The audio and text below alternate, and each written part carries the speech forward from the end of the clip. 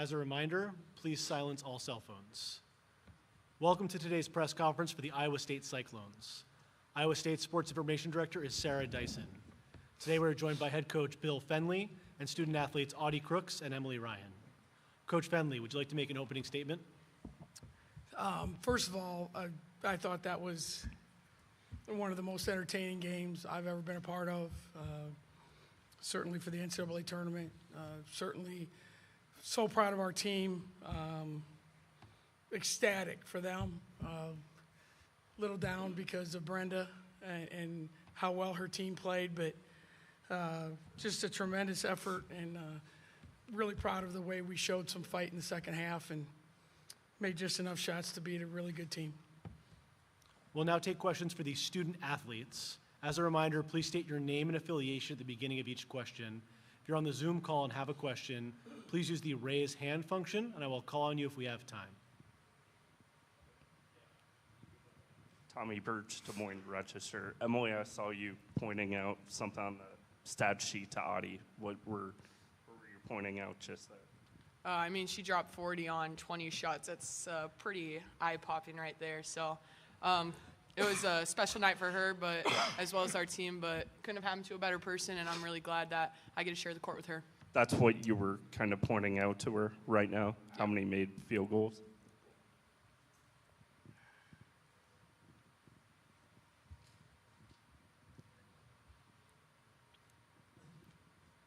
Audie, this one's for you. Michelle Smith from The Next. You guys were down by 20 with 1:28 left in the first half. What was the conversation at halftime? And as you guys started chipping away at it, what was your confidence level that you guys would be able to pull this off? At halftime, coach just kind of told us, what we do is up to us. The way that this falls, if this is how we want to go out, then that's up to us. What happens on the floor is our responsibility. It's our fault. They can't play the game for us, and it was just a matter of pride, just knowing that we weren't playing to our best abilities and then going out there and showing what we can do, and we did that. Hey, Kareem Copeland from the Washington Post. This one's for you, Audie. Kind of a two-parter. Sure. I saw you before the game. You kind of were off to the side during warm-ups, and you kind of closed your eyes and kind of took a breath, took a moment to yourself. Sure. Kind of what's going through your mind at that point, and then as the game's going on and you're cooking, what's that feeling? What's going through your mind as you're having that much success? Yeah. Sorry. Before every game, I just try to take a moment and I pray, and I am kind of seeking guidance from my father. He passed away when I was 16 in 2021. So I just try to kind of take a second and ground myself and tap into my spiritual side and just know that everything's going to be okay, and he's got the best seat in the house. And excuse me, what was the second part of that question? I'm sorry. Just as the game was going on, what was working so well? Yeah. During the second half, no, you're good. During the second half, we switched up the defensive plan a little bit, and I think we brought a lot more intensity, and that was working for us. We started rebounding a lot better. I think we got out-rebounded in the first half, and then the guards did a phenomenal job. I can't praise them enough of getting the ball inside. I don't score if they don't pass me the ball, so this is a big night, not for me, but for Iowa State. And then before the next question, as a reminder, there's no filming during the press conference except by the designated team delegate. Emily, this one's for you. Ben Gaffner, WMUC Sports. 14 assists today. Can you talk about the passing throughout, especially in that second half, and how you guys were so effective getting it to Audie, getting it to three-point shooters out there on the perimeter, and what made you guys so effective in coming back down 20? Yeah, I think that's just kind of a credit to the attention that Audie draws inside. When we throw it in there, she goes and gets it every time, and she finishes so well. And then when she gets rolling, they have to suck inside, and so then the skip shots are open, and the shooters were knocking them down in the second half. And so people were executing really well in the second half, and that's just kind of a credit to where the coaches put us in the right spots, and putting us in places that we can be successful. This one's for Emily. Emily, was it a matter of getting better three-point looks in the second half, or shots that maybe weren't falling in the first half were falling in the second? Yeah, I think it's a combination of both. I thought we were getting better looks in the second half. Kind of started when we got an offensive rebound and an easy kick-out three is kind of when our momentum started rolling for us. And so I think when we're able to make extra plays, effort plays are what really drives this team. And so I thought Kelsey came in and was a huge spark for us, and she made huge plays for us. Obviously, it doesn't always show up on the stat sheet, everything she contributes to the team, but she was a huge spark for us today and got our momentum going, and so I think that was a big part of it. Audie, how much did you know you would accomplish tonight in terms of, how many field goals she had, how many points and stuff like that up until Emily showed you? I pretty much had zero knowledge. We don't accomplish anything until the buzzer sounds. That's kind of how I look at it. So we just needed to finish the job regardless of who has how many of whatever. So what's your reaction to, having that type of production tonight? It reached some historic levels for Iowa State. Sure. To get me the ball, that speaks volumes to how we play as a unit. And Execution rate coming out of halftime to erase that 16-point deficit in 7 minutes. Did you guys take anything that you may have learned in that Baylor comeback earlier this year or a couple other games? Or was it anything that Bill or the other coaches had to say at halftime? Yeah, I think this one, more so than technical basketball stuff, this was more so a visual representation of the character on this team and how connected we are, and we're going to go through it together, whether it's riding the highs or battling through the lows. And so we just stayed connected. There was a lot of belief throughout, and when it comes to March, you want to keep playing. You want to be able to show up the next day and continue to be around this team because it's something special and you don't want it to end. And so that's something that you want to really remember when you're playing. And you don't want the season to end for your seniors because it's their last go-around too. And so just trying to extend the season as long as possible so you can make more memories in March. Alex Simon from SFK. Audie, it seemed like there was a few times in the second half especially where you were almost smiling even before you're inside the three-point line. What's the feeling like when you're almost so confident that even without the ball, it's like, is this like a confidence thing of if I get the ball, I know it's 2 points? not necessarily that, just kind of taking what Coach Fenn said in the locker room. Like, you don't get to do this again. You don't get the time back. So, I mean, you can feel sorry for yourself and say we're down 20, hang your head and give up, or you can smile, enjoy it, and take every play with grace and utilize that to your advantage, and that's just what I try to do. This next question will be the last question for the student athletes. Hi, Audie. Hi, I'm Janie McCauley from Associated Press.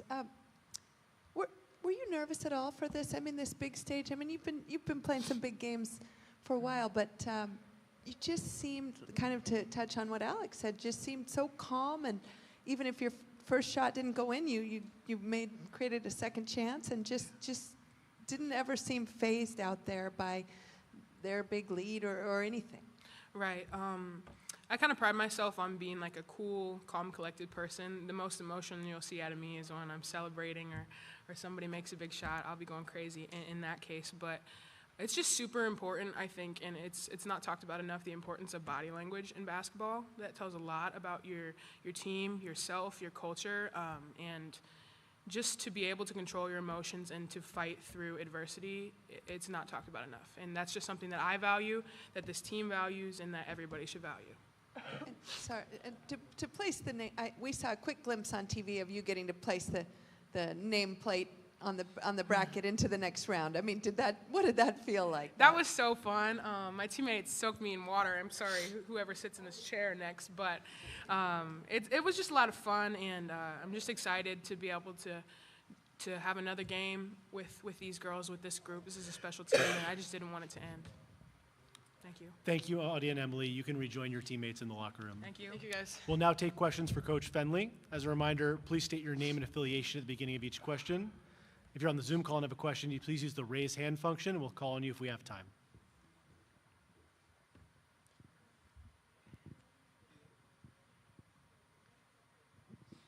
Hi, Coach. Michelle Smith from The Next. Hello. With a young team, they don't have a lot of history or context about going down in an NCAA tournament game and not coming back, whatever. Was this your halftime speech? Is it easier with a younger team because they don't have a lot of history to go on? No, I think that's a great point.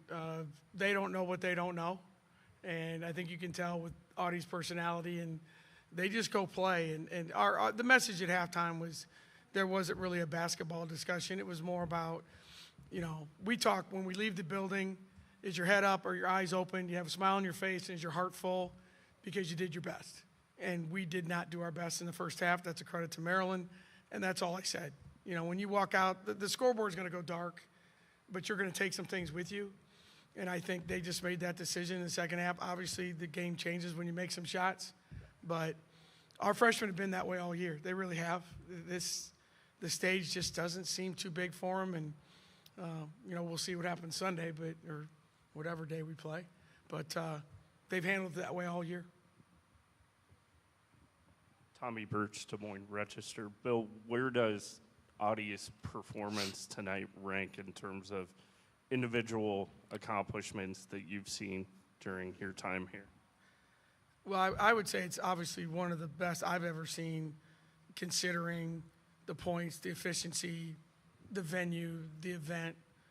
Probably the last one I saw was on the other way when Jane Appel put 46 on us in a regional game.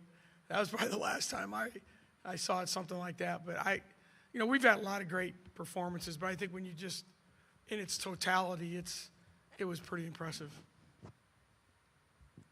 Hey, Coach. Ben Geffner, WMUC Sports. What was it like going against Coach Freese, former assistant coach, first time Maryland and Iowa State have faced off in program history for both teams? What was that like, regardless win, lose, or draw? What was that experience like?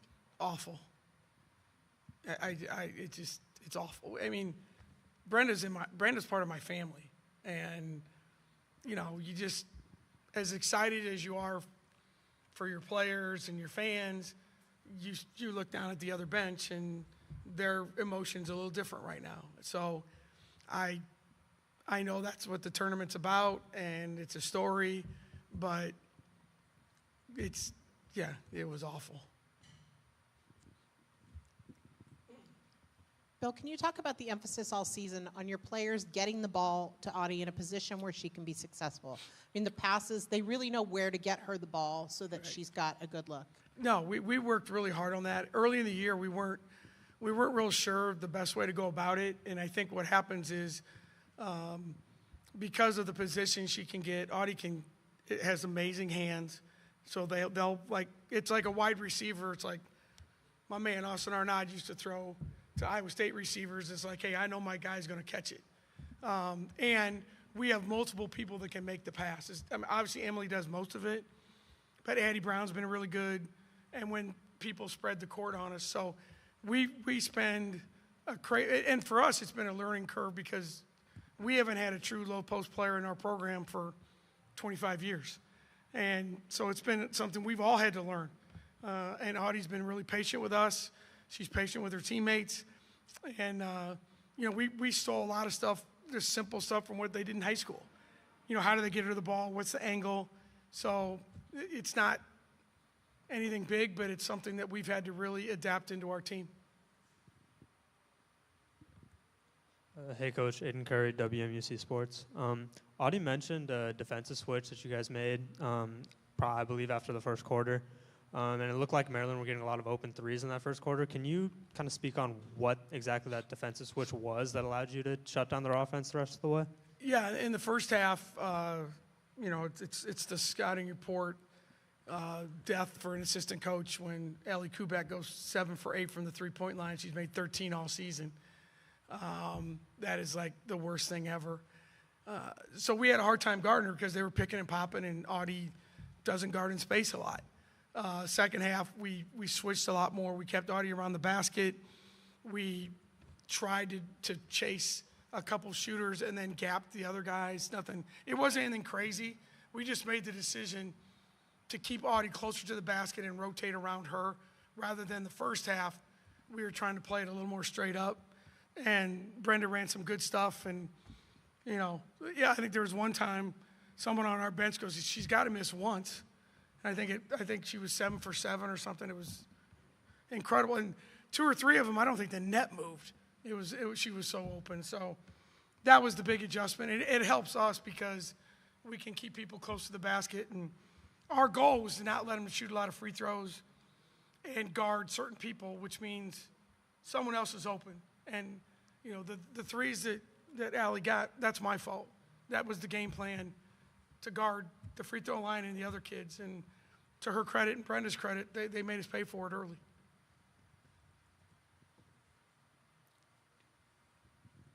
Hi, Bill. Janie McCauley from Hi. AP. Audie just spoke about body language and the importance of, you know, having joy and just being, you know, a good sport out there. And she showed that. How do you think she is so poised at such a young age and to do that and honor her father and all the things she's gone through? Well, I think, first of all, if you met her mother, you'd know. Her mother's an amazing woman. Audie grew up in a small town in Iowa, private school, and I think has been someone that was completely embraced by the community. She knew at an early age, I think, that she was going to be viewed and had the opportunity to do some things. I mean, she sang, she played, like every place we go on the road, she's playing the drums and shoot around. She's just one of those people, and I mean, you listen to her speak at 18 years old, it's incredible. But it's her mother, it's her belief in her faith, and you know, she actually committed to us shortly after her father passed, and I think that was the thing that she really felt was something that she wanted to do. He was an Iowa State fan growing up, and that probably was the big thing. But she's like that all the time. She's always smiling. She loves life, and it's been good for all of us, especially this old guy that's in the fourth quarter of his career. So it's fun to be around someone like that every day. Thank you. Quick two-parter. The question I asked Emily about three-point shots, better shots and better looks in the second half, or knocking them down. And then I read that you frequented a restaurant that Audie liked as part of the recruiting process. Yes. Will you share the name of the restaurant? Yes. Cinco de Mayo. I don't even like Mexican food. But when you're recruiting Audie Crooks, you go to the Mexican restaurant a lot. As far as the shots go, I think we did have better looks in the second half because they were kind of collapsing a little bit more. And I think the other thing that happens is, for us, you can get a transition three once in a while. We finally stopped them maybe once or twice and got a transition. Like, it's tough to get a transition basket or a good look when you're taking the ball in the net all the time. So we finally got some stops, ran it up the court, and hit a skip pass or two. Kelsey, Hannah hit some big ones. Emily hit some. So I think it was more coming off of our defense being better. Thank you, Coach, and good luck on Sunday. Thank you all for your time. Really appreciate it. We'll now have a short break and be back with Maryland's press conference. Iowa State's locker room is open until 7:14.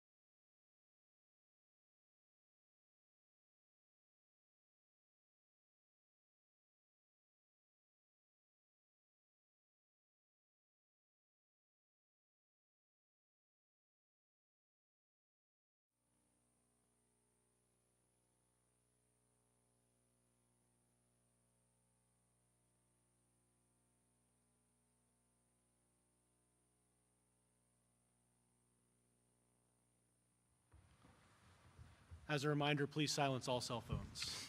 Welcome to tonight's press conference for the Maryland Terrapins. Maryland Sports Information Director is Rose DePaula. Today we are joined by head coach Brenda Fries and student athletes Ali Kubek and Cheyenne Sellers. Coach Fries, would you like to make an opening statement? Yeah, obviously we're really disappointed and sad for our fifth-year seniors that we couldn't close this one out. Loved our start, our attack mentality from the tip.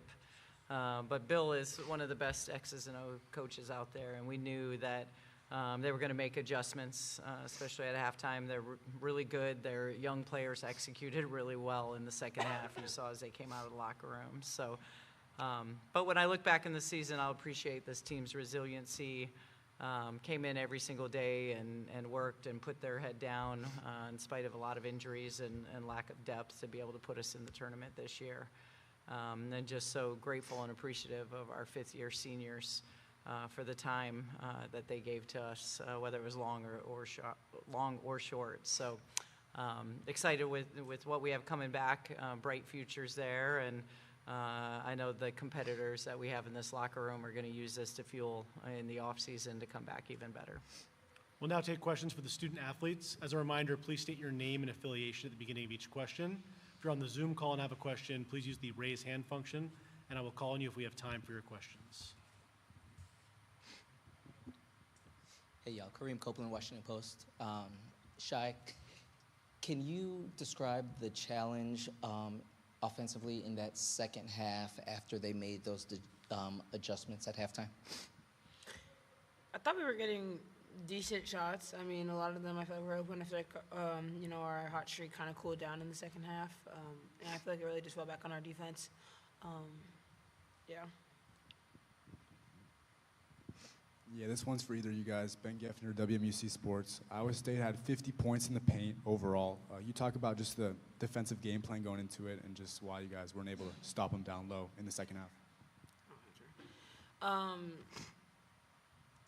mean, Audie's a great talent, big and strong, go through his contacts well. And, we were willing to give that up. What we couldn't afford was them to get hot and from the three, which they did in the second half. And I think that was really the nail in the coffin. You saw in the first half, we let her have those points and really shut down everybody else. Second half, kind of struggled to keep shooters not hot.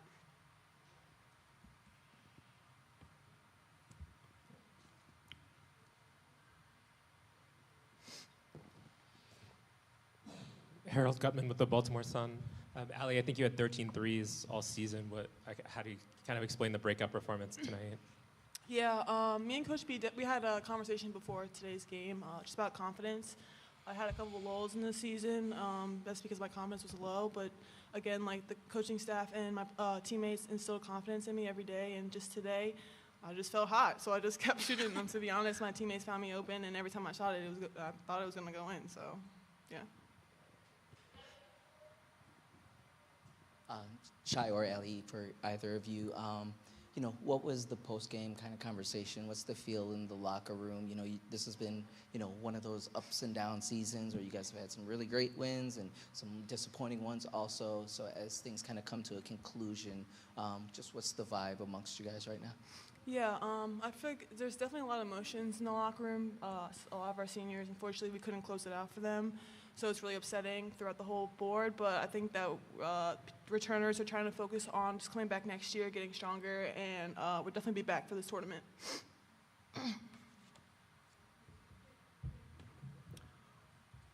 We'll go to Zoom for this next question. Samuel, you should be able to ask your question.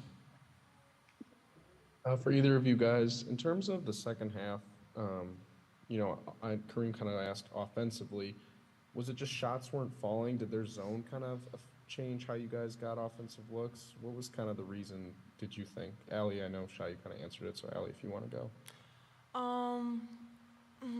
I feel like it wasn't quite their defense. I mean, they had a strong post presence, so it was hard to get, easy layups and drives.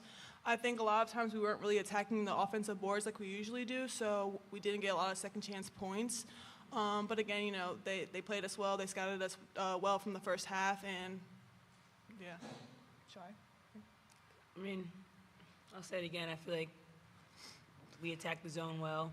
I thought we got great shots that we wanted to shoot. We didn't make them. I mean, it comes back to defense. You can miss all the shots you want on offense, but it comes down to how hard you want to play on D. What will you remember about this team and this season? I think just our resiliency, our ability to regroup, to never give up. I feel like that's our biggest strengths, really. Yeah, I agree with resiliency as well. I feel like we had a lot of injuries this season, just a lot of, a roller coaster amount of games and stuff like that. So I think that just us being able to come together as a team and just continue to play for those who got hurt, it was a really tight-knit team. So, yeah. Thank you, Allie and Cheyenne. You can rejoin your teammates in the locker room. Thank you. We'll now take questions for Coach Freeze. As a reminder, please state your name and affiliation at the beginning of each question. If you're on the Zoom call and have a question, use the raise hand function, and we'll call on you if we have time. Hey, Coach. Ben Geffner, WMUC Sports. You guys had 7 new players this season, obviously losing 2 of your key veterans last year. Can you talk about just Shy, Bree, others stepping up into key roles this season over the course of it, and just how they're poised, just overall throughout the season and their growth? They stayed the course. They accepted the responsibility. To be able to see that growth from Bree from her freshman year to her sophomore year. And really, this team, every single time we had it roll in, we'd have an injury, we'd have a kid go down, and they just continued to, fill those different roles. So that, like I told them in the locker room, bodes well when you have to deal with that kind of adversity later in life. Hey, Brenda. Kareem Copeland, Washington Post. You talked about Bill adjusting with the X's and O's at halftime and how they switched up their defense a little bit. How did you try to counter that? Yeah, he went from the man to the zone in the second half. I thought a lot of things impacted us in the third quarter. I thought, our defense impacted us. I thought they got a lot more aggressive, getting downhill. The foul trouble we were in the third quarter really impacted us with such a short bench.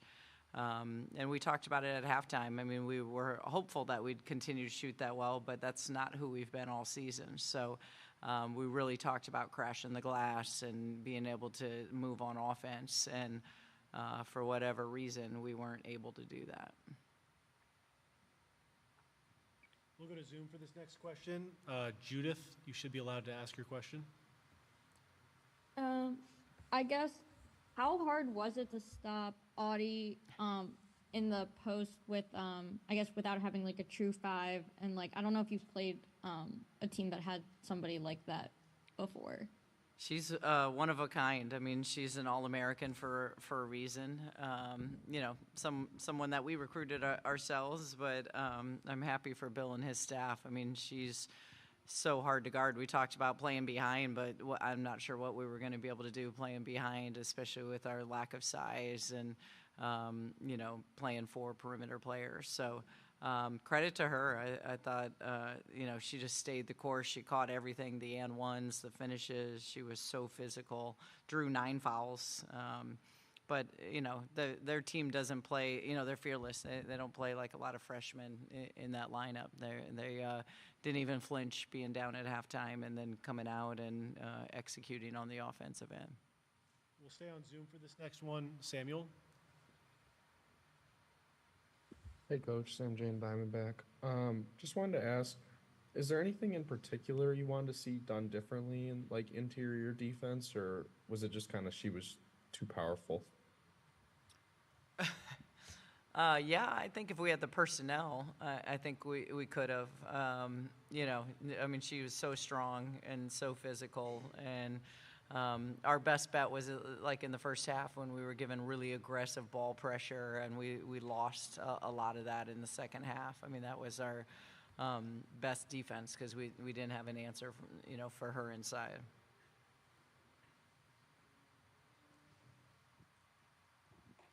Harold Gutman with the Baltimore Sun. I'm sure any loss to end the season is difficult, but being up by 20 points and then kind of losing it in the third quarter, does that make this one particularly hard to get over, or do you think it's kind of all the same? No, NCAA tournament, I've watched enough film on Iowa State. I've seen enough games where they were down by these kind of points and came back because of their three-point shooting and their free throw shooting. So I continue to try to explain that in timeouts and at halftime that this is a three-point shooting team that, we've got to be able to stay the course with our defense. So, but again, the credit goes to Iowa State. They had to make the shots and they stayed resilient on their end. And I just thought they were the more disciplined team in the second half, running through their actions on the offensive end, staying out of foul trouble. We had same amount of fouls, both teams in the first half, and then they were able to get us in foul trouble, and we weren't able to put them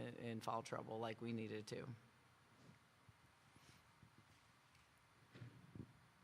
Hey, Coach, Aiden Curry, WMUC Sports.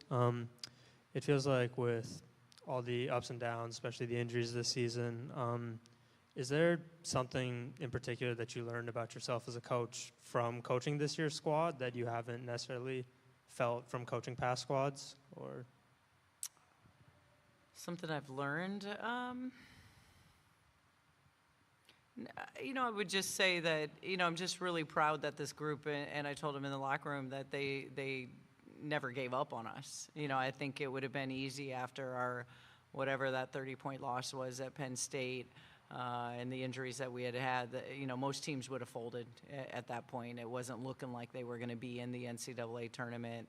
We weren't even close to being 500 in conference. So I think I'm really proud of them for trusting us and just continuing to battle and stay the course, because I think a lot of other teams would have folded at that point in the season. And these guys stayed, super, together and trusted us as a staff. Yeah, Coach, despite the end result, can you talk about some of the positives with Ali Kubek's game today? Much needed scoring-wise, 29 points. She mentioned, the growth in confidence over the year. What did you guys talk about before the game, and what did you think about that playing out throughout? Yeah, I shared with her at shoot-around. I'd listened to this podcast on confidence and just, the lessons out of it. And, she shared back when her first shot goes in, then she knows she's good. And I had to kind of change that wiring. I'm glad her first shot went in because until we can fix that. But,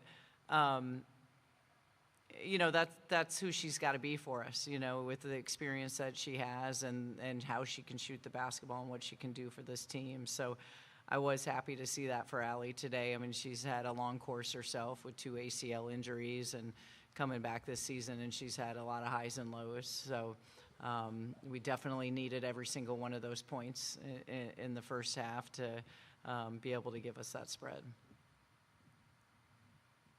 We'll go back to Zoom for this next question. Olivia, you can ask your question. Hey, Coach. Olivia Janik for the Diamondback. Obviously talking about Allie, she does have that experience as a redshirt junior, but this was also her first NCAA tournament game. So to go out there and then have that performance, set the Maryland record for threes in her first game in the tournament, what does that say about her growth this year? Yeah, says a lot. I mean, a lot of players make this moment bigger than what it is, and she did. She was fearless, and it does. That's exciting to know that we have Allie coming back and, another off season and to get herself in the best shape, because she can already shoot the basketball. So it's really exciting, but, says a lot from her end as well as the team that they just, she continued to stay the course, and really happy for her to have a game like that. Thank you, Coach, and congrats on a great season. Thank you. Maryland's locker room is closed. Thank you, Coach.